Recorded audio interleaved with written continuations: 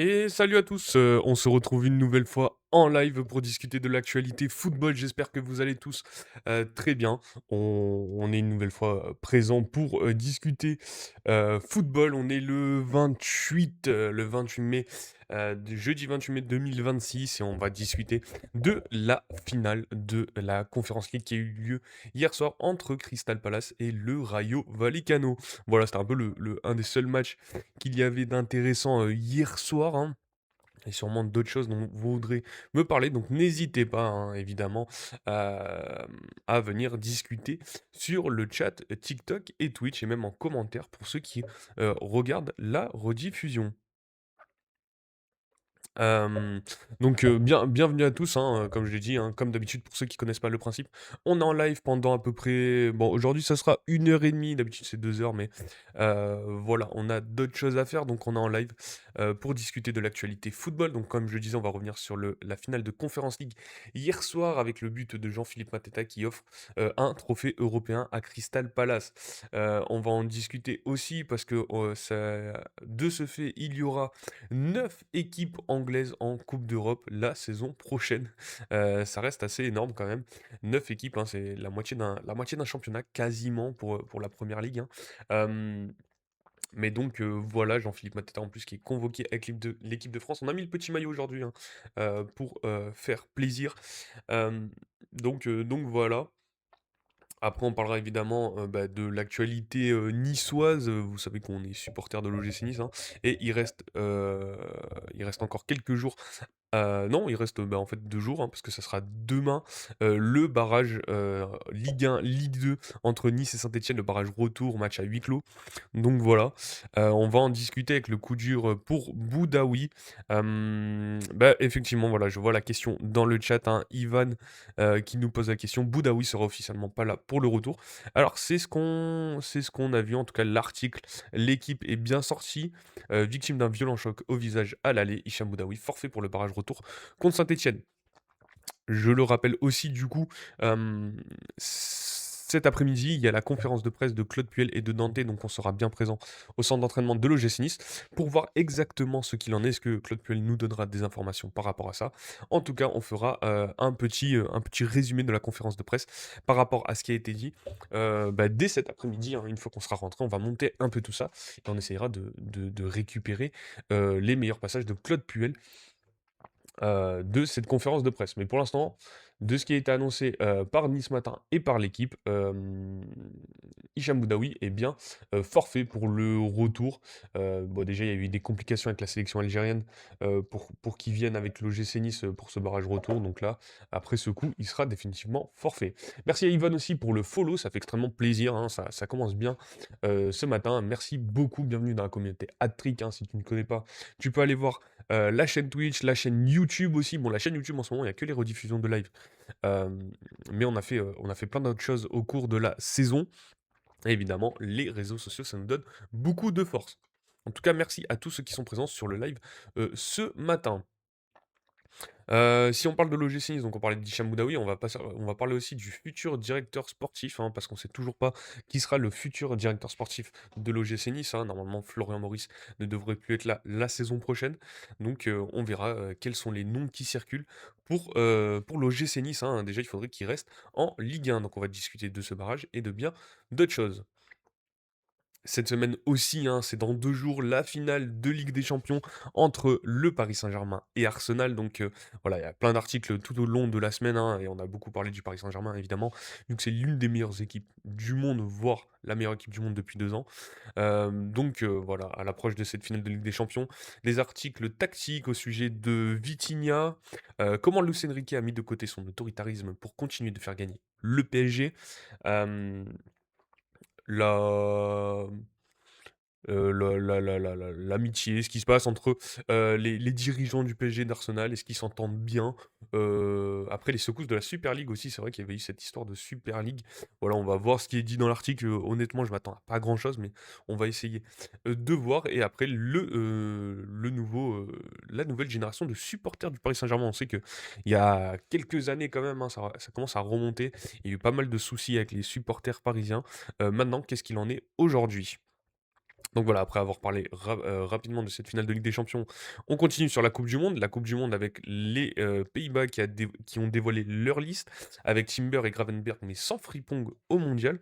Donc on va voir qui sont les 23-26, joueurs néerlandais qui iront au mondial américain.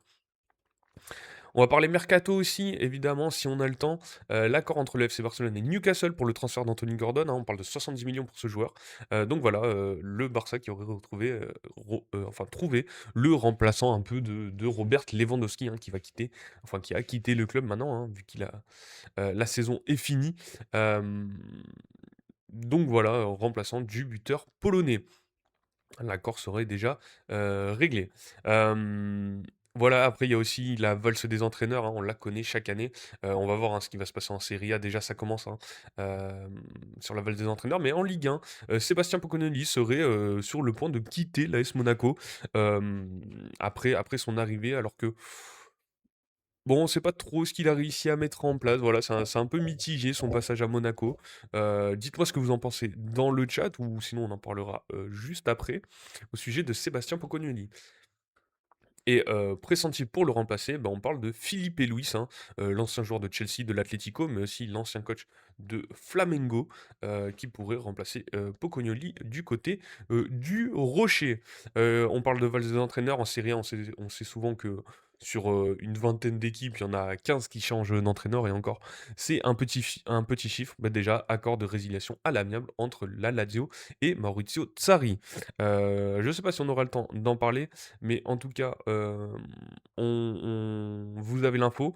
La surprise, ça serait que ça serait, le sélectionneur de la Nazionale, Gennaro Gattuso, qui va encore retrouver un banc quand même du côté de la Serie A. Ça reste, improbable. Voilà, et après dernière petite info, chasse à la top, altercation à Bardonado, Tari, management à la hache, signalement à l'OM, la tension continue à monter en interne. Décidément, l'actu olympienne ne s'arrête jamais. Voilà pour comment dire? Sommaire normalement de ce live, hein. Alors je sais pas si on aura le temps de tout faire, mais on va essayer d'en parler, un maximum. Voilà, je regarde, hein, si j'ai pas, d'autres infos, mais normalement tout est bon, donc on va pouvoir démarrer ce live, tranquillement. Voilà, donc comme j'ai dit, on va commencer avec, la finale de Conference League entre Crystal Palace et le Rayo Vallecano qui s'est conclue sur un but à zéro de Jean-Philippe Mateta, le Français. Donc du coup, ça fait plaisir, hein, bon, c'était pas le match de l'année encore une fois, on l'avait annoncé, hein, pour ceux qui étaient présents hier en live. On l'avait annoncé que ça serait un match, assez,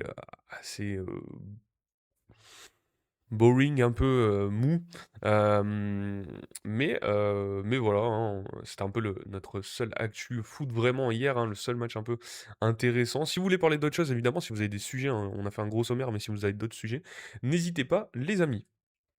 Donc sur ce match, de Conference League, on rappelle un peu le parcours, hein. Crystal Palace, si on revient aux huitièmes de finale, avait sorti la Fiorentina. De leur côté, le Vallecano avait sorti l'AEK, Athènes. Heu, non pardon, en huitième de finale, c'était l'AEK Larnaca et le Vallecano avait sorti le club turc de Samsunspor. Donc en quart de finale, après ça a été la Fiorentina pour Crystal Palace et l'AEK Athènes pour, le Rayo Vallecano. Ensuite, Crystal Palace a quand même dû éliminer le Shakhtar. Shakhtar qui était plutôt une bonne équipe, hein. On a suivi un peu, la saison en Europe, en tout cas du Shakhtar. Donc c'était plutôt une équipe intéressante. Vallecano qui sort Strasbourg, hein, la seule équipe française de cette conférence league, si je dis pas de bêtises, et qui les ont sortis, voilà, 2 fois une victoire, un but à zéro. Strasbourg, hein, la fin de saison était un peu compliquée, mais, donc le Vallecano, hein, c'est bien pour ce club de la banlieue de Madrid, hein, pour ceux qui connaissent pas, hem, qui se retrouvait en finale de coupe d'Europe, voilà, contre Crystal Palace et donc du coup, ça a été une défaite, mais ça a été, plutôt un beau parcours pour les joueurs de, les joueurs du Vallecano. Pardon. Sur les compos hier, bon déjà on disait que Crystal Palace était plutôt favori, hein, quand on voit les compositions. Je crois que l'info que j'ai entendue hier, c'était que, Vallecano, avait dépensé seulement 9 millions sur le marché des transferts, comparé, à la puissance, des clubs anglais. Alors je sais pas exactement, j'avais pas le chiffre de Crystal Palace, mais bon, je pense qu'ils ont mis pas mal d'argent. Donc voilà, au niveau des compos. Pour Oliver Glasner, c'était un 3-4-3 avec Dean Anderson dans les cages, hein, le capitaine, hein, de cette équipe de Palace, avec Maxence Lacroix, l'international français, avec Riyad. euh, alors le nom de famille, voilà, Riyad Chadi, euh, titulaire dans l'axe gauche de cette défense à 3. Dans l'axe droit, c'était le français Jordi Canvo, l'ancien Toulousain. euh, qui était bien présent au milieu de terrain. Kamada, Wharton, hein, alors très gros match des milieux de terrain, surtout Kamada qui allait souvent dans l'avant, Wharton qui a fait plutôt un bon match, Munoz aussi à droite, hein, qui a fait un match complet, Mitchell à gauche, bon il a eu un peu plus de mal. Après, l'attaque, Jérémy Pino, Mateta et Ismail Assar. Alors, Ismail Assar, c'était un peu l'homme fort de Crystal Palace dans cette Conference League. Là, sur ce match, bon, il a été plutôt absent, hein, on va dire. Plutôt un match sans pour lui. C'est plutôt Jean-Philippe Mateta et Jérémy Pino qui ont fait le travail avec le milieu de terrain de Palace. Côté Vallecano, on avait Bataya dans les cages, Florian Lejeune, le français, qui a fait un bon match quand même, hein, qui a maintenu son équipe tout au long du match avec Papsis à ses côtés, Ratiou, je sais pas exactement comment ça se prononce, à droite, à gauche, Chavaria, donc c'était un 4-2-3, hein, je sais pas si je l'ai précisé, avec Valentine et Lopez au milieu de terrain. Et après, à droite, on avait De Frutos. En numéro 10, Palazzo. Et à gauche, Garcia. Et avec le buteur brésilien, Ale Mao.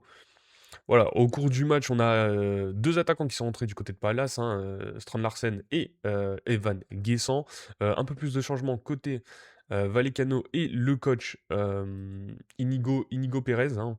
Pour ceux qui connaissent pas Inigo Pérez, il était l'adjoint du coach de Bournemouth. Alors je sais plus c'était dans quel club, mais le coach de Bournemouth, hein, qui est plutôt Iraola, je crois qu'il s'appelle, qui est plutôt coté en ce moment sur le marché des entraîneurs. Donc voilà, bon sur ce match, voilà, sur les stats, 2,57 d'XG pour Crystal Palace, 0,53 pour le Vallecano. Le Vallecano a eu beaucoup de mal à montrer certaines choses, hein, même s'ils avaient la possession. Bon, pour une équipe espagnole, c'est le quota, on va dire. Voilà, 10 tirs, un seul cadré malheureusement, 11 tirs, 3 cadrés pour Crystal Palace, 4 grosses occasions. 4 corners aussi pour les Anglais, hein. Hem, donc voilà, voilà. Après, voilà, on voit plutôt une domination de Palace, vraiment dans les actions. Après sur le tempo du jeu, c'était cette équipe espagnole qui l'avait. Un seul arrêt de la part de Dean Anderson, 2 pour Batalla. Donc voilà sur les stats de ce match. Ce qu'il faut retenir, c'est qu'il y a eu pas mal de cartons jaunes quand même, hein. On a un total de trois côté Palace, on en a 5, 6 même, côté Vallecano, hein, qui était une équipe assez chiante à jouer, assez physique. En première mi-temps, il s'est pas passé grand-chose honnêtement, hein. Vraiment, c'était une mi-temps à regarder d'un œil. En deuxième, voilà, début de deuxième, hein, 51e minute, Jean-Philippe Mateta qui vient marquer ce but, hein. Crystal Palace a bien accéléré en deuxième mi-temps, ou alors c'était le Vallecano qui a été qui a baissé de régime, même si voilà, la stat aussi, je crois que Palace a joué une soixantaine de matchs cette saison, donc c'est plutôt cool. Euh, Mateta aussi, qui a eu une blessure au genou, voilà, c'est la belle histoire pour lui. Il a décidé de ne pas se faire opérer, de revenir, et lui qui marque en finale d'une Coupe d'Europe.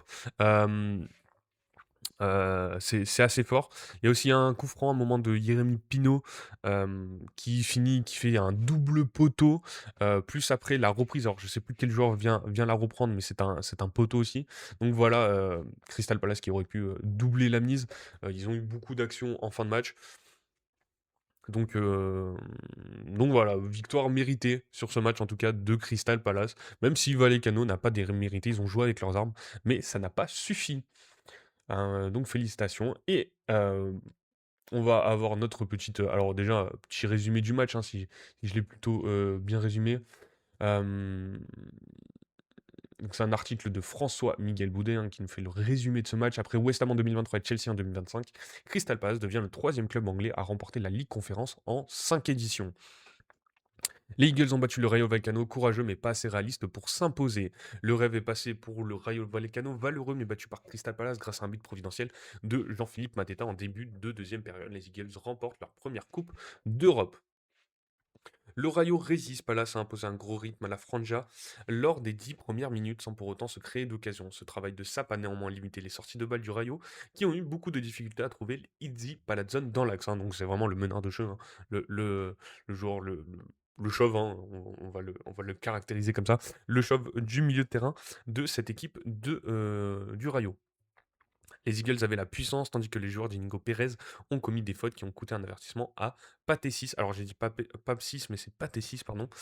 Coupable d'un dégagement loupé qui a accroché Jérémy Pino. C'est vrai que là aussi, il aurait pu, sur un arbitrage un peu sévère, il aurait pu se faire expulser, hein. C'est un long ballon en profondeur, Paté6, pardon, qui rate le ballon et qui vient faire la faute sur Jérémy Pino. D'autres arbitres auraient pu siffler le rouge, hein. Il me semble en plus que c'était du dernier défenseur, donc il a eu, quand même beaucoup de choses. C'est bien, il a pas, comment dire, hem, un peu, éteint cette finale, dès le début de match. Le premier feuillet offensif a néanmoins eu lieu du côté du Rayo sur un centre venu de la gauche de Pep Chavaria. Alemao a été surpris par l'intervention manquée de Shadi Riyad et sa remise est passée à côté. Puis c'est Unai Lopez qui n'a pas eu la précision à l'entrée de la surface alors que Dean Anderson était resté planté sur ses appuis. Les derniers instants étaient en faveur de Palace sur un centre sortant d'Adam Wharton, Tyrick Mitchell est passé devant Georges Desfrutos pour placer une tête plongeante qui a fui le cadre de peu. Et c'est Mateta pour l'histoire. Palace était mieux physiquement, mais dans le jeu, cela manquait de spontanéité. Sur l'initiative de Daichi Kamada, qui a joué en une touche pour libérer les espaces, Wharton s'est trouvé en position de frappe sans adversité pour le presser. Son tir aurait pu être capté, mais Augusto Batalla l'a simplement repoussé sur le mollet de Jean-Philippe Mateta, au bon endroit, au bon moment pour ouvrir le score et devenir le premier Français à marquer en finale de C4. Pour ceux qui sont sur Twitch, je vais juste vous montrer le but si l'écran est assez grand, hein, si vous le voyez correctement, sinon on le mettra en grand. Voilà, Jean-Philippe Mateta ouvre le score en finale de la Ligue Conférence. Le Français est à 40 minutes d'offrir à Crystal Palace le premier but en Coupe d'Europe de son histoire.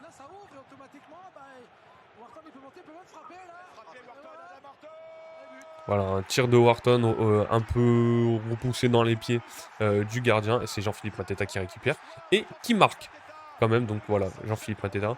Moi je suis très content, c'est un joueur, hein, on en a parlé toute la saison, que j'aime beaucoup. Je trouve qu'il a fait preuve de beaucoup de résilience. Et maintenant, c'est mérité tout ce qui lui arrive. Donc le Rayo était dans le dur après une faute d'Unai Lopez à 20 mètres. Jérémy Pino a enroulé un coup franc qui a touché le poteau droit, puis le poteau gauche. Donc c'est ce qu'on disait tout à l'heure, avant que Mateta à l'affût ne trouve à son tour le poteau droit. Donc c'est Mateta, hein, qui récupère sur cette action du coup franc. Les Eagles ont continué leur temps fort. Dans la surface, Pino a connecté Mateta. Il a fallu une grande parade de Batalla pour sauver la Franja. Le Rayo n'arrivait pas à rentrer dans le dernier tir adverse. Alemao a tenté une demi-volée excentrée qui a fini dans les gants d'Anderson. Pour autant, le Rayo est parvenu à trouver des situations mal exploitées, notamment par Desfrutos, coupable d'une touche de trop au moment de centrer, et Easy, donc pas la zone, dont le coup franc qu'il s'était lui-même procuré a nettement fini au-dessus. Crystal Palace reculait et laissait la balle à l'adversaire. Florent Lejeune a dévissé de loin. Sergio Camelo n'a pas pu cadrer sur un long ballon. Au bout des arrêts de jeu, Mitchell a écarté un ballon bouillant alors que Ratio avait armé la volée à bout portant. Dans les précipitations, Pedro Diaz a frappé à côté. Alemao a eu la dernière occasion, mais après son amorti de la poitrine, il a totalement manqué sa reprise. Vainqueur de la Cup la saison dernière, Palace remporte la Ligue Conférence qui reste en Angleterre après la victoire de Chelsea en 2025. Voilà pour le résumé de ce match, et du coup, à noter que où c'est fait, où c'est fait, où c'est fait, où c'est fait. Voilà, c'est reparti. Encore 9 clubs de Première Ligue disputeront une Coupe d'Europe la saison prochaine. Arsenal, Manchester City, Manchester United, Aston Villa, Liverpool en Ligue des Champions, Bournemouth, Sunderland et Crystal Palace en Ligue Europa. C'est des clubs qu'on n'a pas forcément l'habitude de voir en Ligue Europa quand même. Donc ça fait légèrement du changement. Et en Conference League, du coup, on aura Brighton. 9 clubs anglais seront européens l'an prochain, comme la saison écoulée. C'est un article de Timothée Collignon pour l'équipe, Timothée Thomas Collignon, pardon, pour l'équipe. L'Angleterre règne plus que jamais sur l'Europe après les sacres d'Aston Villa en Ligue Europa et de Crystal Palace en Ligue Conférence. Et alors qu'Arsenal est encore en mesure de permettre aux Britanniques de faire la passe de 3 en Ligue des Champions, 9 clubs de Première Ligue disputeront une Coupe d'Europe la saison prochaine. Un seul même championnat l'a fait déjà sur une saison et c'était la Première Ligue pour cet exercice 2025-2026 qui pourrait voir l'Angleterre réussir un grand chelem si Arsenal bat le PSG samedi à Budapest. Liverpool, Manchester City, Tottenham et Newcastle ont accompagné les Gunners en Ligue des Champions. Nottingham était engagé en Ligue Europa avec Villa et donc Crystal Palace en Conference League. S'ils ne seront que 5 en Ligue des Champions la saison prochaine avec Arsenal, Manchester City, Manchester United, Aston Villa et Liverpool, les clubs anglais seront en revanche 3 en Ligue Europa avec les surprises Bournemouth 6e de Première Ligue et Sunderland 7e, ainsi donc que Crystal Palace en tant que vainqueur de la Conference League. Une compétition que découvrira Brighton grâce à sa 8e place obtenue dans le championnat anglais. Alors, à noter aussi que si Arsenal remporte la Ligue des Champions, c'est pas un 10e club anglais qui ira, en coupe d'Europe, hein, mais ça sera bien le Sporting qui, au final le Sporting, Lisbonne, hein, qui, ne passera pas par les barrages et sera directement qualifié en phase de Ligue, hein. Il n'y aura pas de 10e club anglais en, en coupe d'Europe et notez aussi, c'est vrai que comme c'est dit dans l'article, hein, déjà 2 clubs anglais ont remporté les coupes d'Europe, donc ils peuvent faire la passe de 3 avec Arsenal. Ça serait une domination, totalement anglaise, dans ces coupes d'Europe, hein. On rappelle, Aston Villa a gagné la Ligue Europa. On va juste revenir sur le match et donc Jean-Philippe Mateta, trop content d'avoir offert un premier trophée européen à Crystal Palace. Donc c'est la réaction, hein, du buteur français. Et donc j'ai été l'équipe à gagner ce premier trophée européen. Je suis trop content. A réagi Jean-Philippe Mateta, unique buteur de la finale de Conference League ce mercredi soir pour Crystal Palace contre le Rayo Vallecano. C'est un partage magnifique avec nos supporters. C'est le premier trophée de l'histoire du club. Ça va être une grande fête, a ajouté au micro de Canal+, l'attaquant retenu dans la liste de Didier Deschamps pour disputer la Coupe du Monde cet été avec l'équipe de France. Son coéquipier Maxence Lacroix, également retenu pour le mondial avec les Bleus, a estimé que ce titre venait couronner une belle campagne. Cette médaille est belle et j'espère qu'il y en aura une autre cet été encore plus belle, a-t-il dit. Donc, il parle évidemment de la Coupe du Monde avec les Bleus. Voilà pour les réactions. Donc c'est cool, hein, 2 Français qui sont champions d'Europe, ça fait toujours plaisir. Plus un ancien de la Ligue 1, enfin 2 anciens de la Ligue 1 avec Jordi Cambo et Evan Guessant. Et voilà, donc Evan Guessant qui remporte 2 coupes d'Europe lors de la même saison. Après, la Conference League et l'Europa League, Evan Guessant est devenu le premier joueur à remporter 2 coupes d'Europe la même saison. Evan Guessant est devenu le premier joueur à avoir remporté 2 coupes d'Europe en une seule saison. Ce mercredi, l'attaquant ivoirien a remporté la C3 avec Aston Villa, donc l'Europa League, où il évoluait en début de saison, puis la Conference League avec Crystal Palace qui l'a rejoint à l'hiver. Même s'il n'a joué que 10 minutes, Evan Guessant est entré dans l'histoire ce mercredi soir en devenant le premier joueur à remporter 2 coupes d'Europe au cours de la même saison. Il est apparu brièvement lors de la finale hier soir à soulever le trophée avec les Eagles où il évolue actuellement en prêt, mais ce n'est pas tôt. Plus tôt dans la saison, Guessant avait également participé à la phase de ligue de la Ligue Europa. euh, de la Ligue Europa sous les couleurs d'Aston Villa, le club anglais ayant ensuite remporté la compétition. L'Ivoirien voit aussi ce titre s'ajouter à son palmarès. Grâce à sa contribution lors du début de la campagne européenne. Si son option d'achat n'est pas levée, souvent blessé, n'a disputé que 14 rencontres avec Palace, il retournera à Aston Villa le 30 juin. On rappelle, hein, il avait quitté l'OGC Nice, hein, pour une belle petite somme. Evan Guessant, ça a été plutôt un échec quand même du côté de Aston Villa ces 6 premiers mois. Là avec Crystal Palace, c'était un peu mieux, mais on verra ce que ça va donner la saison prochaine. Est-ce qu'il restera à Villa? Est-ce qu'il retournera en Ligue 1? Est-ce que voilà. Oh, ça reste à suivre, hein, le mercato, s'ouvre petit à petit et donc on suivra ça de près.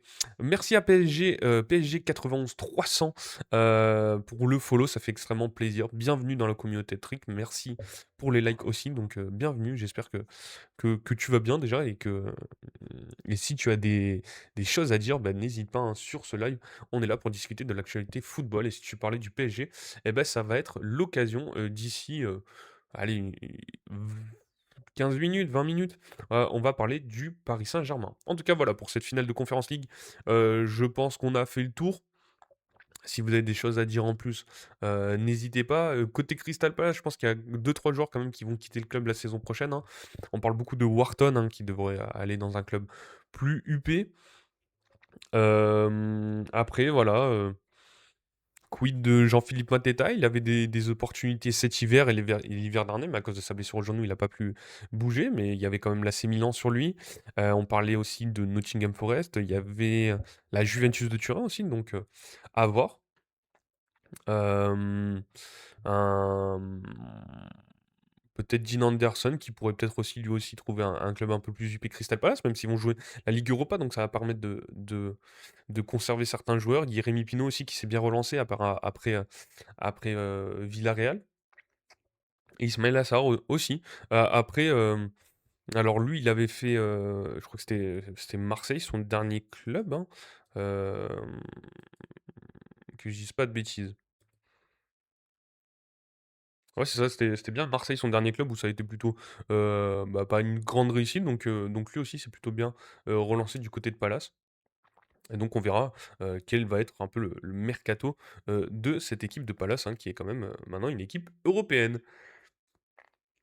Voilà. Alors sur les matchs de hier soir, après, bon, j'ai pas plus de choses intéressantes à dire. Je suis en train de checker rapidement, mais j'ai pas l'impression qu'il y avait d'autres matchs forcément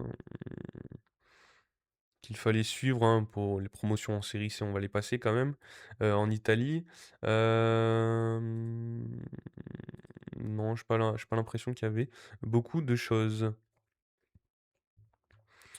Beaucoup de choses. Et ce soir aussi, il y a pas forcément de match, hein, il y a pas grand-chose, hein. Il y a une CAN U17, hein, les phases finales de la CAN U17 et un Euro U17 aussi, dont j'arrive pas à comprendre exactement où on en est dans cet Euro. Mais donc voilà. Alors, salut à Gigi qui est présent, sur le live. Hem Et il nous dit: «Le Barça revient dans les affaires». Effectivement, bah, alors, avant de parler de l'OGC Nice du coup, hein, avec les infos Hicham Boudaoui et le directeur sportif, on avait cette info concernant, Anthony Gordon, voilà. Comme tu l'as dit, le Barça, revient dans les affaires et accord entre le FC Barcelone et Newcastle pour le transfert d'Anthony Gordon. Le FC Barcelone, double champion d'Espagne en titre, a trouvé mercredi un accord avec Newcastle pour le transfert de l'international anglais. Anthony Gordon a affirmé le club catalan à l'AFP, confirmant des informations de la presse espagnole. L'ailier anglais de 25 ans devrait être la première recrue estivale du Barça en quête de renfort offensif pour pallier le départ de son buteur polonais Robert Lewandowski.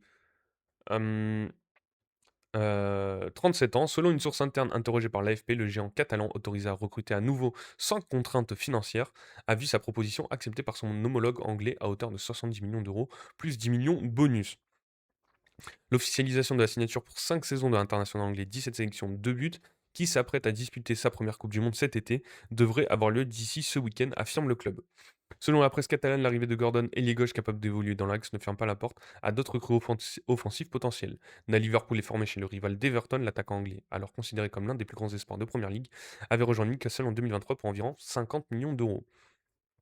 Il avait croisé la route du Barça à 2 reprises lors de la dernière campagne de Ligue des Champions, au cours de laquelle il a marqué 10 buts en 12 rencontres.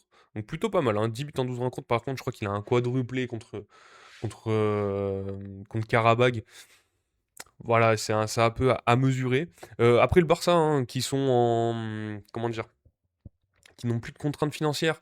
Et bon, ils vont mettre 80 millions sur Anthony Gordon. Est-ce que vraiment ils veulent retomber dans leur travers, les amis du Barça? Après, c'est plutôt un bon joueur. Moi, j'aime beaucoup. J'aime beaucoup Anthony Gordon. Après, est-ce que 80 millions, est-ce qu'il saura s'adapter aussi au football espagnol, hein? C'est pas dit. Mais bon, et c'est un peu le prêt à payer, je pense, hein, pour sortir un club, un bon attaquant d'un club anglais. En plus, c'est un club anglais qui a les moyens de le garder. Donc, voilà. Le dossier Alvarez, c'en est où? Alors le dossier Alvarez, du coup, bah, c'est bonne question parce que si Anthony Gordon arrive, ça fait déjà un attaquant en plus. Bon, c'est pour pallier vraiment le départ de Robert Lewandowski. Après, du côté du Barça, on va peut-être aller sur l'effectif du club. Hem, il va avoir pas mal de changements. Je ne sais pas exactement qui est censé partir, qui est censé rester. Hem, voilà, Julian Alvarez, c'est vrai que c'était la piste prioritaire pour l'attaque du Barça. Mais voilà, hein, il va bien falloir se renforcer. Avec Rafinha qui a été pas mal blessé toute la saison. Bon, Marcus Rashford, est-ce qu'il va rester du côté du Barça, hein? Je crois que ça reste un prêt quand même, Marcus Rashford. Euh, Bon, il y a évidemment Lamine Yamal, mais après Rooney Bargy, Ferran Torres, ça fait très peu en attaque, donc ça m'étonnerait pas que le Barça soit assez actif, sur les attaquants, ce mercato. Après on a toujours, Dani Olmo, Fermin Lopez, mais pareil Dani Olmo c'est des fois irrégulier, donc peut-être que le Barça souhaite s'en séparer aussi. Fermin Lopez, bon, pour l'instant, il est blessé, mais bon, je pense que ça va rester quand même un joueur central de cette équipe. Donc, le dossier Alvarez, honnêtement, j'ai pas forcément, il n'y a pas forcément d'infos, en tout cas, qui sont sorties. Moi, pour le coup, je vais pas mentir, j'en ai pas non plus. Euh, et voilà, on va essayer de voir. Voilà, Julian Alvarez, 22% de probabilité qu'il signe du côté du Barça, valeur marchande 90 millions, c'est-à-dire que le Barça, direct, hein, ils sont plus de sanctions financières, euh, ils mettraient 100, 100 150 millions à peu près, voire plus, sur deux attaquants et n'irait pas recruter en défense ou recruterait peut-être à bas prix. Est-ce que ça serait le bon move de la part des, euh, des Blaugrana? Je suis pas convaincu non plus. Donc voilà. Après, les grosses valeurs marchandes au club, bon, c'est évidemment Lamine Yamal, mais je pense pas qu'il va bouger. Euh, Pedri, je pense pas que ça va bouger non plus. Fermin Lopez, il y avait des rumeurs quand même l'année dernière avec Chelsea, donc peut-être, hein, si lui souhaite quitter le club aussi. Après, Pau, Koubarsi, mais je pense que ça va rester. Rafinha, ça va rester. Jules Koundé, voilà, Daniel Mo, valeur de 60 millions. Pourquoi pas aussi le laisser partir. À voir aussi en fonction du parcours de l'Espagne en Coupe du Monde. Parce qu'il y a beaucoup de joueurs de la sélection espagnole qui jouent au Barça, et donc en fonction du parcours de la sélection espagnole, des valeurs marchandes pourraient bien augmenter. Euh, voilà, Alejandro Balde, hein, il y a toujours cette. Après, c'est Transfermarkt, hein, mais on peut être. Ils sont souvent bons sur les valeurs marchandes. Donc voilà, Alejandro Balde, 55 millions.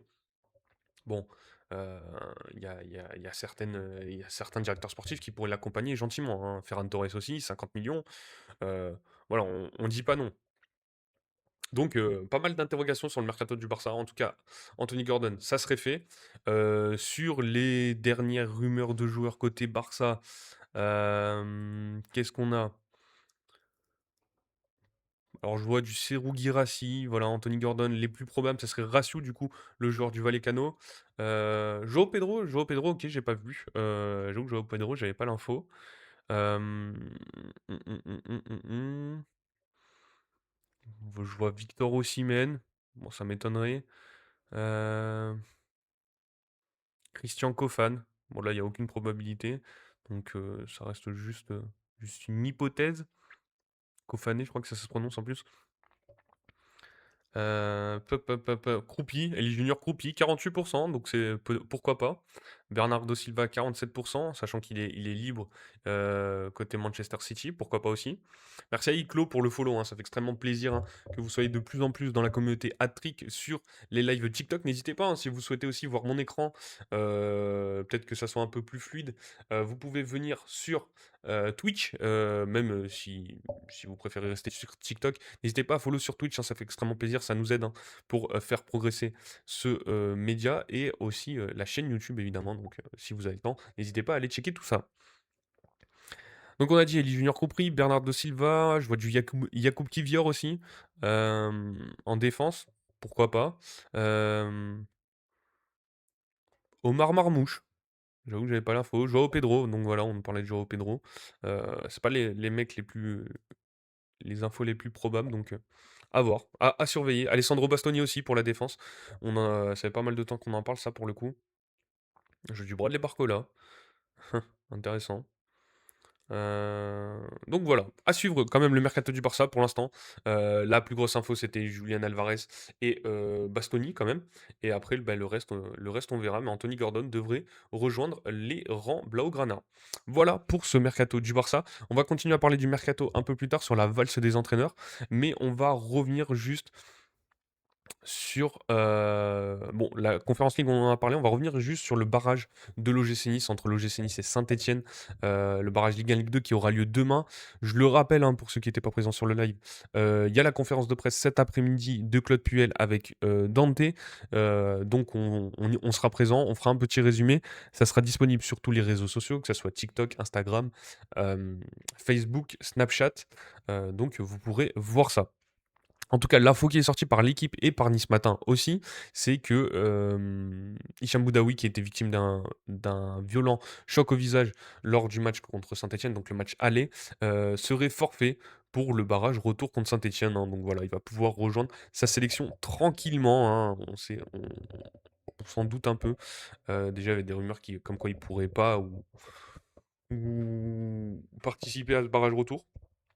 Donc voilà, on sait qu'il y on le sent en tout cas, sans l'affirmer, que Hicham Boudaoui n'a plus vraiment trop la tête, du côté de l'OGC Nice.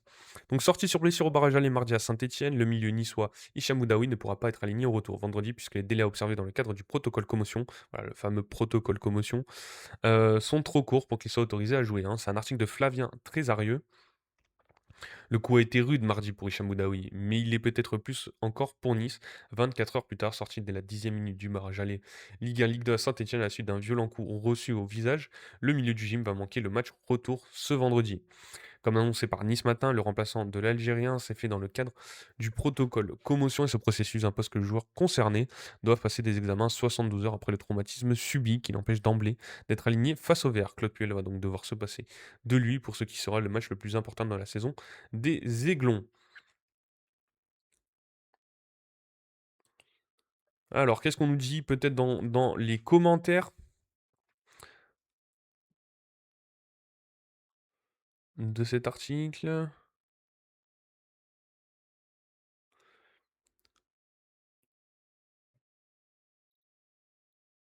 Voilà, hein, au niveau article, bon, il y a d'autres choses, mais niveau article négatif, très bonne nouvelle pour nous, car niveau trompette, on a touché le Graal avec lui cette saison. C'est dur quand même. De toute façon, il jouait contre Nice ces derniers temps. J'ai toujours en tête sa passivité sur le premier but de lance en Coupe de France. Le mec ralentit sa course. Euh,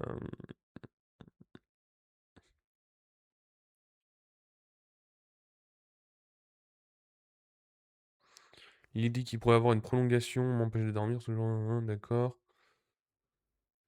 Voilà, hein, ça continue, hein. Je ne pense pas que ce soit un coup dur vu le niveau de cette trompette. Il est tellement mauvais que c'est plutôt un avantage pour Nice. Donc voilà, les gens sont assez durs, hein. Euh,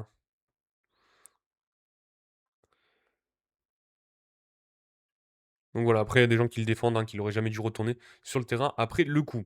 Bon, il y a plusieurs choses, mais bon. Voilà, en tout cas, pas de Hicham Boudaoui avec l'OGC Nice. C'est vrai que son niveau récemment, il était pas grandiose. Alors que c'est vraiment un bon joueur, hein. Mais je pense que quand la tête suit pas, bon, vaut mieux pas qu'il soit sur le terrain. Ça sera sûrement Charles Van Hout pour le remplacer aux côtés de Morgan Sanson ou comme a fait Claude Puel, hein, la surprise en Coupe de France. Djibril Koulibaly sera peut-être aligné pour ce match au retour heu, de barrage de Ligue 2. On continue quand même sur l'OGC Nice avant de passer à la finale de Ligue des Champions, avant de parler du Paris Saint-Germain et de Arsenal. Sur l'OGC Nice, en fait, toujours à la recherche du directeur sportif, donc on le disait, hein, ça fait plusieurs jours qu'on le dit, plusieurs semaines même, qu'il y a beaucoup d'interrogations concernant l'OGC Nice. Déjà, est-ce qu'ils resteront en Ligue 1? Mais à voir, quel va être l'organigramme des Niçois? Est-ce que le club sera vendu? À qui? Et quid du directeur sportif aussi avec le départ de Florian Maurice, hein, qui prendra la suite. Geoffrey Moncada, David Ventier, Bruno Chéroux, Nice toujours à la recherche de son futur directeur sportif. Après le volte-face de Grégory Lorenzi, le gym a relancé sa quête du directeur sportif, amené à prendre la suite de Florent Maurice et à vivre un mercato particulièrement dense. Trois noms se dégagent. Encore une fois, un article de Flavien Trésarieux. Euh, Pendant que l'OGC Nice joue son avenir sur les terrains, plongé dans une semaine capitale pour sa survie dans l'élite, ses dirigeants s'activent en coulisses. Déjà focalisés sur la suite, à ce stade, ils n'y voient pas forcément clair, puisque le résultat de vendredi soir, à l'issue du barrage retour contre Saint-Etienne, aura un impact direct sur le futur budget et les objectifs à cibler. Mais ils sont bien forcés d'anticiper ce qui peut l'être. Dans ce contexte obscurci un peu plus encore par les négociations tenues secrètes, même pour l'état-major du club entre Ineos et le fonds d'investissement américain susceptible de racheter le club.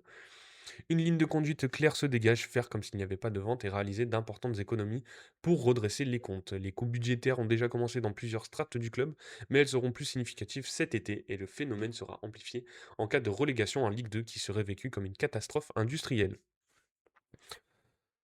Dans ce processus de régime strict, un homme occupera un rôle clé cet été, le directeur sportif, le futur directeur sportif. S'il est acquis que Jean-Pierre Rivière quittera le gym à la fin de la saison, la tâche de trouver le successeur de Florent Maurice sur le départ incombe à Maurice Cohen, puisqu'il faut repartir de zéro après le volte-face de Grégory Lorenzi. L'historique dirigeant niçois sonde le marché à la recherche de celui qui aura pour mission de se séparer d'à peu près tous les plus gros salaires de l'effectif. Diop, Boudaoui, Sanson, Chaud, etc. Reconstruire une équipe avec un budget transfert extrêmement limité, dépendant des ventes et viser comme seul objectif raisonnable le maintien, tout en sachant dès sa nomination qu'une vente du club le contraindrait peut-être à quitter rapidement son poste, avec l'assurance de jouir d'un parachute. Voilà dans les grandes lignes pour ce qui est de la fiche de poste, même si l'on peut aussi ajouter que rejoindre Nice, c'est aussi l'assurance de travailler pour un club d'envergure en France dans un cadre de vie naturellement plus agréable qu'ailleurs. Trois cibles prioritaires se dégageraient aujourd'hui.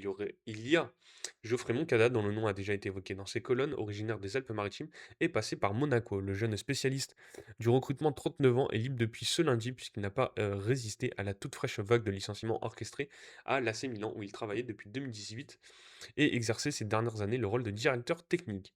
En Lombardie, il avait participé où était à l'initiative des venues entre autres de Raphaël Leao, de Théo Hernandez et de Pierre Caloulou. De premiers contacts ont été initiés avec lui, mais aussi avec David Ventier, pour lequel Cohen est venu au renseignement. Un retour de Ricord n'est pas à exclure. Le directeur sportif de 52 ans est en poste à Auxerre, qui a arraché son maintien en dépassant Nice à l'avant-dernière journée. Il correspond au portrait robot du profil ciblé à même de réaliser un mercato cohérent avec peu de moyens tout en amenant des résultats. Mais rien ne dit à date que l'ancien Stéphanois pourrait déménager sur la Côte d'Azur, même si l'AGA était secoué par le départ de Christophe Pélissier, marqué par des désaccords entre le président Baptiste Malherbe et Ventier. Ce dernier est aujourd'hui actif dans le projet du club bourguignon et il voyage cette semaine en Chine pour faire un point global avec le propriétaire. Enfin, un troisième nom se dégage, celui de Bruno Chéroux, l'ex-international de 48 ans, n'occupe plus de poste à responsabilité en club depuis son licenciement de l'OL en novembre 2023, mais il reste activement connecté au monde du foot. Il a rejoint la FIFA en tant que Senior Player Development Manager en septembre, tout en exerçant la fonction de consultant pour Canal+.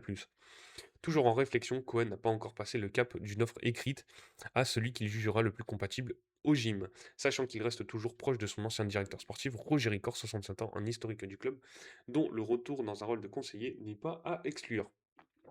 Alors concernant tous les noms là qui ont été cités pour le futur directeur sportif de l'OGC Nice, honnêtement, à part faire revenir quelqu'un de la maison comme Roger Ricor, hem, c'est il y a pas énormément de noms. Moncada, c'est plutôt pas mal. J'étais plutôt mitigé, hein, j'en avais discuté avec des amis. J'étais plutôt mitigé, je pensais que ça faisait moins longtemps qu'il était au club quand même. Il a quand même fait venir des bons noms, du côté du Milan AC, hein. Leao, Théo Hernandez, Pierre Kaloulou, c'était plutôt, bien vu. Après c'était avec le nom AC Milan derrière aussi, il faut le noter. Pas sûr qu'avec Nice heu, ça soit aussi facile. Mais évidemment, on verra ça. Donc ça peut être plutôt pas mal. Après là, dernièrement, l'AC Milan, ça a été un peu plus compliqué. Alors David Ventier, je connais un peu moins, mais du côté de Auxerre, je sais pas exactement ce qu'il a fait. Mais si c'est lui qui a fait venir des joueurs assez talentueux du côté d'Auxerre, hein, qui a quand même arraché son maintien, pardon. Il a eu quand même, quelques bons coups, donc à voir. Et après par contre Bruno Chéroux, j'avoue que, la personne je la connais pas, mais le personnage public, c'est pas ce qui m'emballe le plus, hein. Déjà à Lyon, je l'ai pas trouvé, très, très bon. En tant que consultant, je suis pas le plus grand fan non plus. J'avoue que c'est vraiment un des noms qui me parle le moins. Hem mais après, on verra, hein. Pour l'instant, il y a pas forcément, plus d'infos non plus. C'est des noms qui circulent. Grégory Lorenzi aussi. Est-ce qu'il va vraiment, vraiment, faire volte-face, avec Nice? C'est une bonne question. Je sais pas vous, si vous avez des idées dans le chat, hein, les amis. Hem, Quel directeur sportif pourrait être intéressant pour l'OGC Nice par rapport aux noms qui ont été cités? Est-ce que ça vous intéresse ou pas du tout déjà? Hem et après, hem et après sinon on passe à autre chose. Évidemment, mais en tout cas entre ces 3-4 noms-là, est-ce qu'il y a des supporters peut-être de Auxerre, dans le lot ou du Milan AC qui ont suivi un peu plus les parcours ou même de Lyon, qui ont suivi les parcours de, ces joueurs? Merci à Eric92 pour le follow, ça fait extrêmement plaisir, merci beaucoup, bienvenue dans la communauté Hat-Trick. Si tu ne connais pas, on est en live tous les matins quasiment, hein, enfin en tout cas quand je peux. Hem de 10 heures à midi. Bon, là, on a fait un peu plus tôt aujourd'hui parce qu'on doit se rendre à la conférence de presse de l'OGC Nice. Mais merci beaucoup en tout cas pour le follow sur TikTok. N'hésitez pas aussi à venir checker sur le reste du média, hein, que ce soit la chaîne YouTube, les plateformes de podcast ou la chaîne Twitch. Voilà, en tout cas pour l'OGC Nice, j'ai l'impression que on a fait le tour. On va pouvoir parler, hein, donc c'est dans 2 jours, finale de Ligue des Champions. Voilà, hein, moi récemment, pas mal vu de matchs de l'OGC Nice. Bon là, les finales de Coupe d'Europe, c'était pas grandiose non plus, on va pas se mentir les amis. Donc on attend de voir du football dès samedi, avant la Coupe du monde, avec la finale de Ligue des Champions entre le Paris Saint-Germain et Arsenal. Premier article, hein, j'en ai sélectionné 3-4. Déjà pour le Paris Saint-Germain, enfin pour le Paris Saint-Germain et ce match.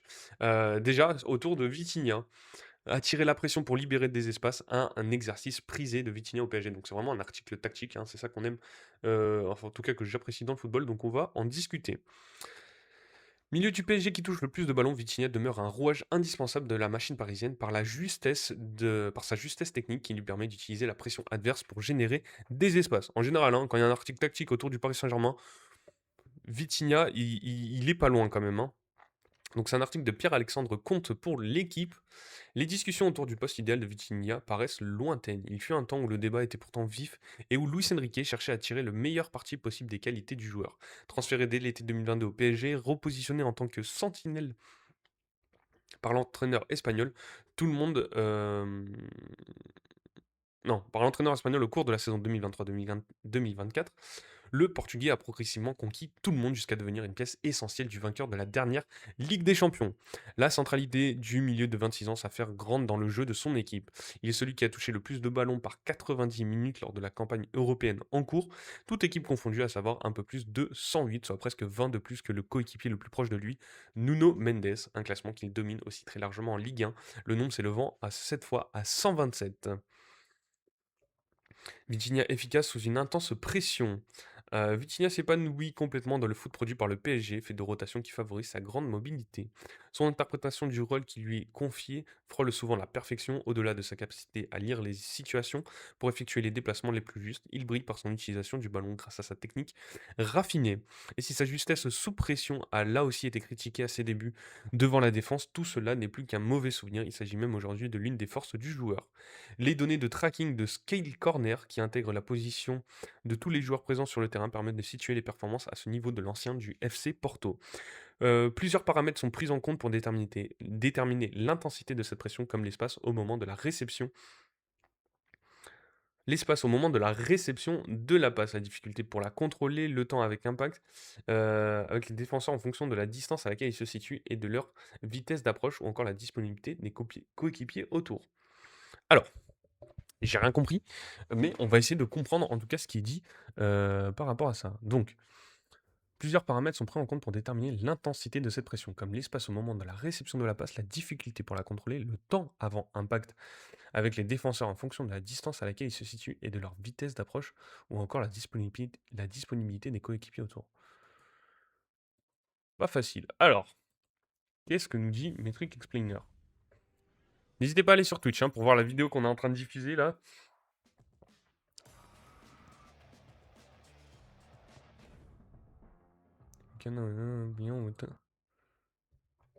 On peut maintenant identifier les joueurs qui génèrent le plus de pression et d'espace ou d'engagement d'un défenseur. En gros, pour résumer c'est un peu vulgairement, c'est les joueurs, hein, qui attirent le plus les défenseurs, hein, dont que, que les, que les coachs, hein, plutôt ciblent, les coachs adverses ciblent pour éviter qu'ils mettent en place leur jeu, hein, d'après ce que j'ai compris. Donc c'est la drawing presser. D'accord. Avec mon super accent anglais.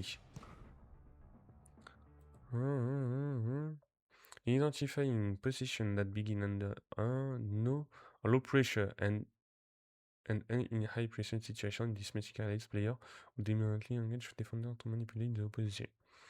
Donc voilà, c'est comment mesurer une fois qu'il a eu le ballon, genre donc ce qu'on disait, donc l'espace qu'il avait avec son défenseur, comment il a travaillé son espace un peu, c'est un peu ça. Comment la pression a été réduite et qu'est-ce qu'il a fait du ballon juste après. Et du coup, comment le défenseur aussi a défendu par rapport à lui, hein.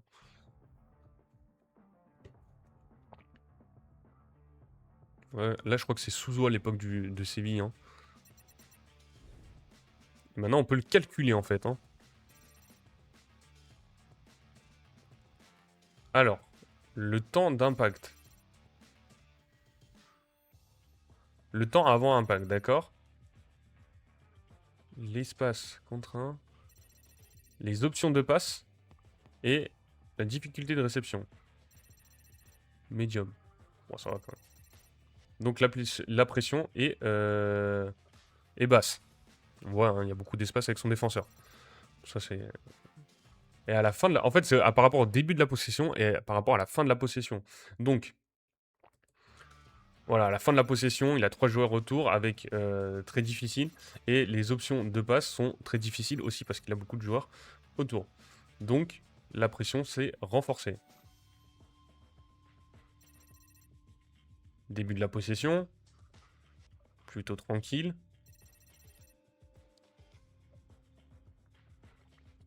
L'espace qui est entre le défenseur et la joueuse. Bon, là, c'est du football féminin. Les options de passe. Et la difficulté de la réception, easy aussi. Donc la pression est plutôt basse.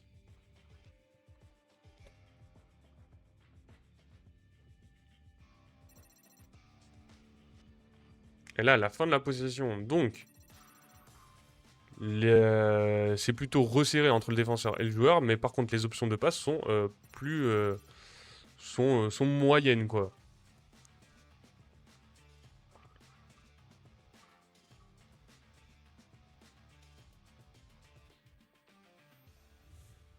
Ok. Donc en gros, c'est vraiment de la data d'expert hein, là qui est vraiment utilisée pour comprendre ce qui se passe hein, quand on débute une action, même une possession avec le ballon, c'est-à-dire comment on a avancé avec le ballon, est-ce qu'on s'est mis en difficulté ou non, et est-ce qu'on a des options pour lâcher le ballon ou tirer. C'est un peu ce que j'ai compris, donc le drawing pressure quoi. Ok. Donc, au regard des zones dans lesquelles évolue majoritairement Vitinha, de la difficulté rencontrée par les adversaires à défendre haut contre Paris, mais aussi du nombre de possessions de son équipe qui dilue les résultats, le Portugais ne figure pas parmi les joueurs les plus serrés lorsqu'il a le ballon. Et ça, c'est vraiment un défaut, par contre, des adversaires, de ne pas mettre une grande pression sur Vitinha, parce qu'après, il peut déployer le jeu du Paris Saint-Germain. Il se signale en revanche à deux niveaux, sa capacité à ne pas faire perdre son équipe, la possession, et surtout sa virtuosité lorsqu'il s'agit d'attirer les adversaires pour créer des espaces. L'art d'attirer les adversaires. En Ligue des Champions, il est le quatrième milieu de terrain à effectuer le plus cette dernière action sous une intense pression. En ne retenant que les joueurs ayant atteint à minima les huitièmes de finale de la compétition, il n'y a que le Barcelonais Pedri qui ressort plus haut que lui dans le domaine. Il est par ailleurs celui qui en use le plus en Ligue 1. Qui attire la pression adverse. Top 20 des milieux attirant le plus la pression lors de la Ligue des Champions 2025-2026. Alors, on a Pedri, Provod, Zielinski, Gravenberch qui est plus bas. D'accord. Donc la prise d'information régulière du joueur parisien lui permet d'évaluer le danger en permanence et s'il sait jouer en une touche lorsque la situation l'exige, il est aussi à l'aise pour se projeter vers l'avant, forçant les adversaires à se diriger vers lui pour le stopper, mais aussi pour attendre le moment du contact pour effectuer une passe plus bas sur le terrain. Certaines configurations l'amènent parfois à évoluer au milieu de 3 ou 4 défenseurs. Il a alors ce talent singulier pour garder l'un d'entre eux dans son dos tout en naviguant dans la densité, un peu à la manière d'un basketteur, un savoir-faire complémentaire à celui des autres milieux titulaires du PSG, moins à l'aise que lui pour manipuler les blocs adverses.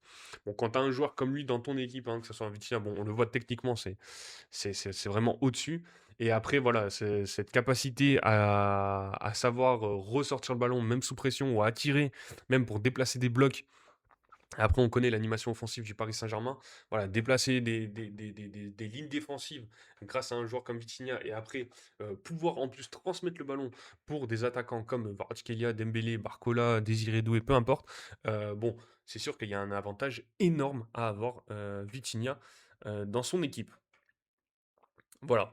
Je ne sais pas si ça a été clair cette description d'article, mais en tout cas c'était plutôt intéressant. Moi j'aime beaucoup. Après on n'a pas appris grand-chose, hein, que Vitinha c'est vraiment un crack et que c'est le métronome dépositaire du jeu du Paris Saint-Germain.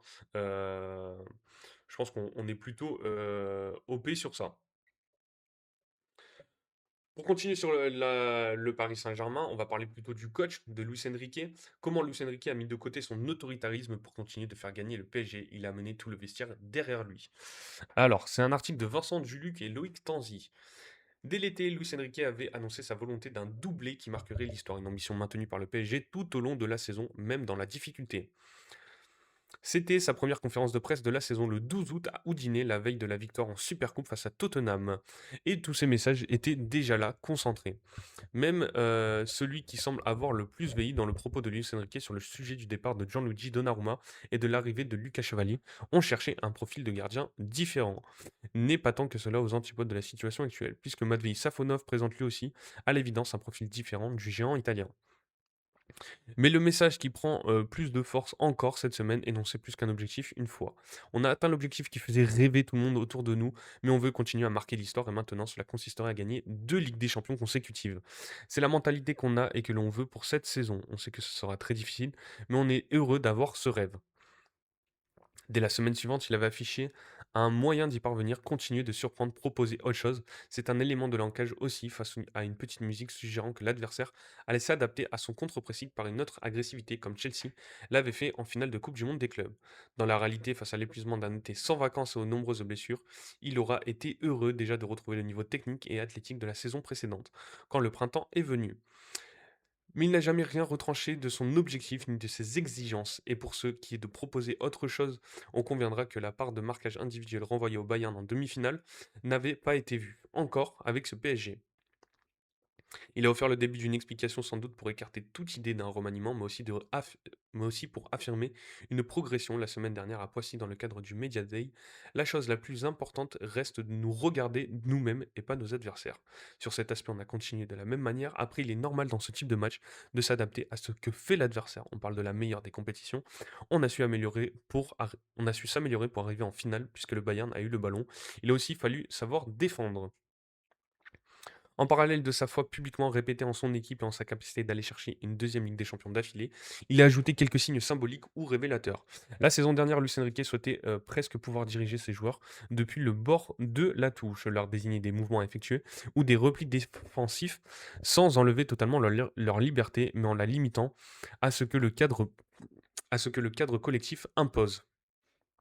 Cette saison, Luis Enrique a d'abord pris de la hauteur, littéralement en s'imposant sous le toit du Parc des Princes pour assister aux premières périodes de son équipe pendant quelques semaines, comme s'il ne lui était plus nécessaire de tirer les fils depuis le bord du terrain.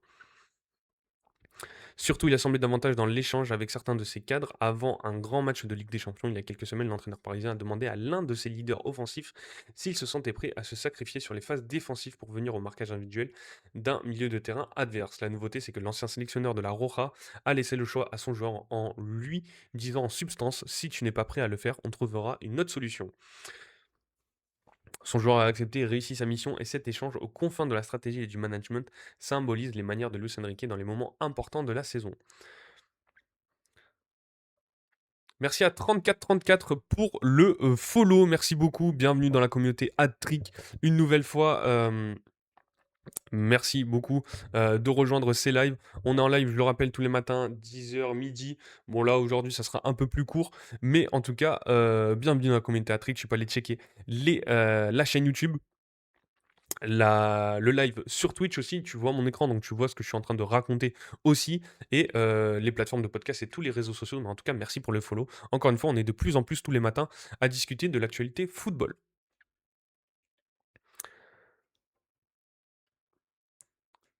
Alors, on continue sur l'article concernant...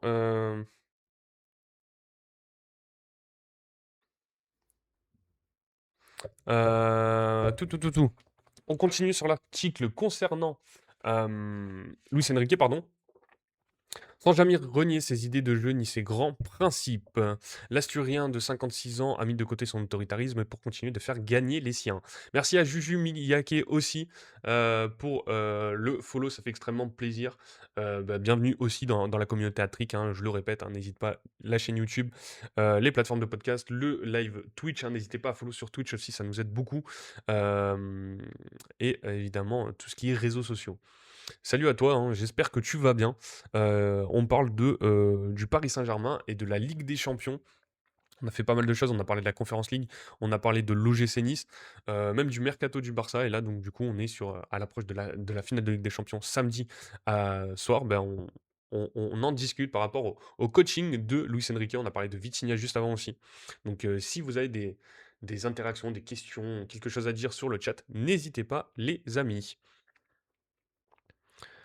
Donc, on disait, sans jamais renier ses idées de jeu ni ses grands principes, l'Asturien de 56 ans a mis de côté son autoritarisme pour continuer de faire gagner les siens. Il n'est pas le premier entraîneur à savoir que les joueurs sont plus investis dans un choix tactique auquel ils ont l'impression de participer. Mais en adoucissant certains aspects de son management, il a réussi à continuer d'emmener derrière lui son vestiaire qui a eu le sentiment d'être écouté et compris. La semaine dernière à Poissy, il a développé cette idée en la décrivant non comme une concession dans son management, mais comme un élément de recherche de la performance. En laissant les joueurs se distancer légèrement des principes connus comme il l'avait fait un an plus tôt, en acceptant plus de verticalité et de transition rapide, il voit plus loin. Chaque année, je peux dire que je contrôle de moins en moins les choses. Je contrôle tout ce qui est important, mais il y a beaucoup de choses qui ne sont pas importantes dans le football et qui prennent beaucoup de place. Ce que je vois, c'est qu'on doit changer tout le temps. Il faudra avoir un peu moins de contrôle pour surprendre les adversaires dans le football de demain. Les joueurs sont plus jeunes que mon fils et chaque année, tu dois changer certaines choses. J'aime cette imprévisibilité. Entraîneur adjoint de l'AS Monaco qui n'a perdu qu'une fois sur 4 face au PSG cette saison en Ligue 1 et en Play-off de la Ligue des Champions. Damien Périnel relève quelques aspects de cette évolution au bout d'une proximité aussi intense. L'équipe lui ressemble, c'est là où il a été fort parce que c'est le but ultime pour un entraîneur. Il reste axé sur ses principes, transition rapide et possession, mais c'est aussi la meilleure équipe dans le pressing et le contre-pressing. Sur le reste, il est capable de faire des modifications, mais sans jamais toucher les éléments clés. Hem, c'est de là la différence. À partir du moment où il a emmené tout le vestiaire derrière lui, il peut ensuite ajuster des détails. À l'approche de sa deuxième finale de Ligue des Champions à la tête de ce groupe, Luis Enrique demeure de fait dans une logique d'ajustement. Ses grands principes intégrés, il est toujours très concis, se concentrant sur un ou deux messages très clairs avant un rendez-vous. Pas plus, pas question pour lui d'abreuver ses joueurs d'informations sur l'adversaire ou la tactique. Tout doit rester très simple pour une assimilation rapide et pour maintenir la concentration des joueurs autour des sujets les plus importants. Pendant que les joueurs s'adaptent en permanence à leur entraîneur, ce dernier continue de s'adapter à sa jeune audience qui grandit. Rester les mêmes en mieux, c'était exactement au fond ce que Luis Enrique promettait l'été dernier. Voilà, hein, article vraiment très très intéressant concernant Luis Enrique et sa gestion de ses joueurs. Donc c'est plutôt pas mal quand même ce qui est dit dans cet article. Euh, Donc voilà, on va continuer rapidement. Je suis en train de checker quelques trucs sur TikTok. Et après, on va essayer de continuer. Ah, on va essayer de continuer notre petit live concernant le Paris Saint-Germain entre l'entente entre les deux joueurs. Entre les deux clubs, pardon, le Paris Saint-Germain et Arsenal. Et on va aussi parler du nouveau public du Paris Saint-Germain. Voilà, si vous avez des questions, des affirmations, n'hésitez pas dans le chat à venir en discuter. J'essaie juste de trouver quelque chose. Un.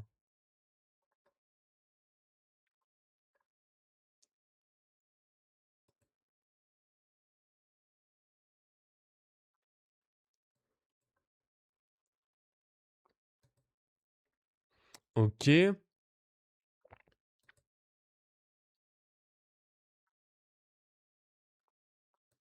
je sais pas, hein. Salut à Fred94 qui est présent sur le live, bienvenue. J'espère que tu vas bien. On est en train de discuter de la finale de Ligue des Champions. Et ouais, on est en train de parler de la finale de Ligue des Champions. Je suis en train de checker d'autres choses aussi en même temps. Sorry.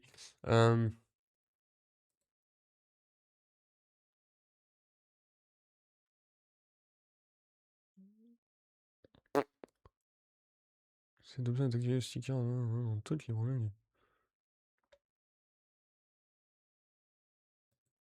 Ok. Alors désolé, hein, je teste des trucs moi aussi. Euh, Sur TikTok, hein, pour essayer de rendre le live un peu plus dynamique. N'hésitez pas, hein, si vous avez des questions, si vous voulez dire des choses, hein, ne vous privez pas. Ok, bon, ça c'est pas très intéressant. Bon, j'arrive pas à trouver ce que je cherche. Mais bon, c'est pas très grave. Hop. On va continuer, on va continuer. De toute façon, il nous reste pas beaucoup de temps, il nous reste 5 minutes, hein. Après, je devrais partir, les amis. Euh,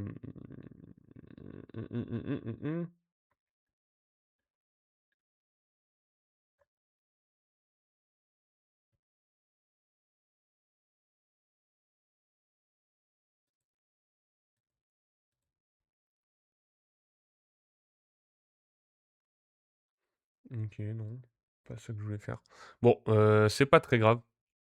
C'est pas très grave, je pense que je trouverai pour la prochaine fois. Euh, je teste un dernier truc et après on est bon. Ok, ok, ok, ok. Non, bon, bah, écoutez, je saurais pas dire ce que je voulais faire. Événement live.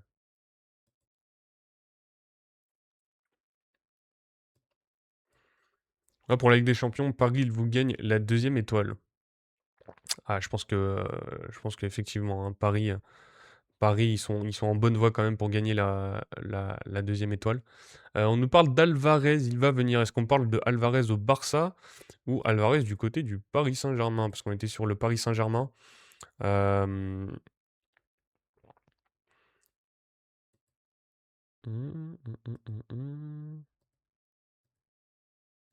Ah là, d'accord.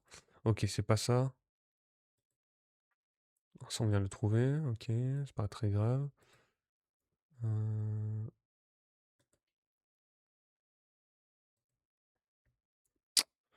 Bon, ok.